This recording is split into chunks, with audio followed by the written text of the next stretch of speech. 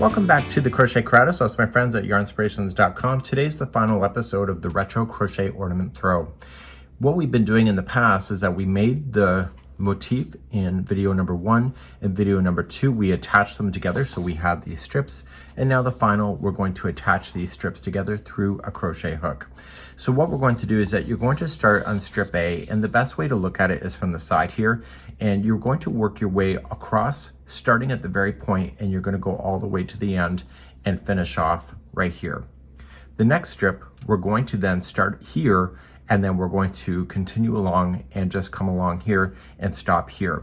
So the best recommendation I have for you determining where you want to start is that maybe you want to put in a stitch marker right where you think that you were going to have the edge. So let's just say this is going to be the first strip. What I would do is that I would put a stitch marker here so that you never get turned around, especially if you have multicolors. And you're going to say this is the first strip here, and so when you look at it, you're going to notice that you're not going to join to anything on this side of it. So we're going to start, and it's very easy to be able to do this, and so these are going to puzzle in between, and we're going to do a crochet hook. Of course, I'd recommend that you fasten in all your strands at this time, but then if you don't, that's okay too. You can do it later, but it may add up in time. So let's begin, and you can choose any color that you would like to. You can have some fun with it. They used white, but I'm going to use a different color just so it's easier for you today. So we're going to put our A and B strip together. So I already have it marked, so I know this is A. I know that I will keep building in this direction. And so when I go to start, I'm going to start right here, and we're going to just do a different color. If you're going to use white, it's going to blend in really quite perfectly, but I'm going to show you a different color just to make sure you can see it. So you're going to start with a standing single crochet into the first one after the chain 1 space right here. And so we're going to join it with the standing. So the first standing one is in, so we need to do 13 more. So this is considered 1 already, so let's just count to the number 14. So we have 1, and then just put the next one and say 2 and 3, 4, 5, 6, 7, 8, 9, 10, 11, 12, 13, and 14. So this gives you 14 stitches before you start joining it. Now the join that's going to happen here is that on this one here, you're going to notice there's no chain 1 space. We have to come to the center, double crochet in the point. And when we go into this one here, we're going to go into the back loop only. So not both. We're going to go into the back loop only, and then we're going to go into the back loop only of this one. Okay, and we're going to single crochet. Now that you've attached it, all these stitches are going to match each other because the counts are right. So you're just going to go into the back loop of this one and then go into the next stitch here. Just careful with it. Make sure you get it. And it's easier if you do weave in your tails, so you don't have to worry about the fuss that I'm doing. So then the back loop of this one, and then the next stitch of this one. And you're just going to go all the way across. Now, if I was using white, all of this would be pretty invisible as I'm going all the way across. Okay, so it's going to blend really quite nicely, but because I'm using green, it's very obvious.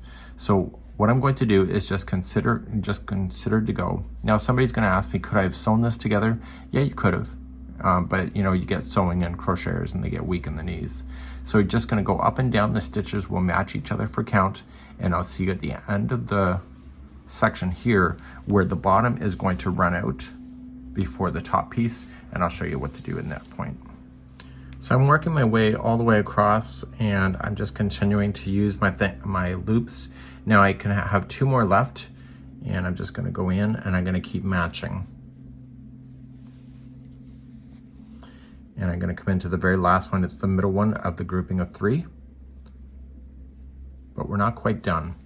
So now what I have to do is use this top one only now, use both loops and stitches, and just single crochet all the way to the end.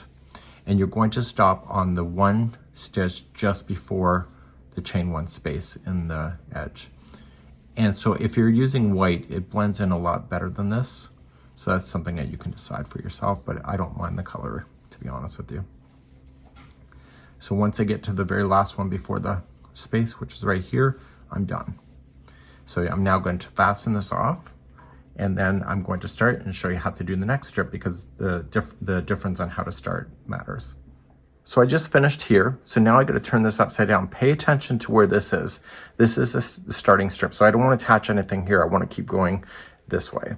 So now I'm going to turn this upside down, and we're going to grab our next strip here, and the next strip will go and puzzle in between here. So we're going to start here instead of like we were before. So this is a different way of doing it. So every other strip has to be done this way. So we're going to start with our green right here, and then we're going to go with our 14, and then we're going to start attaching it, and we'll do what we did on the other side with what I just showed you.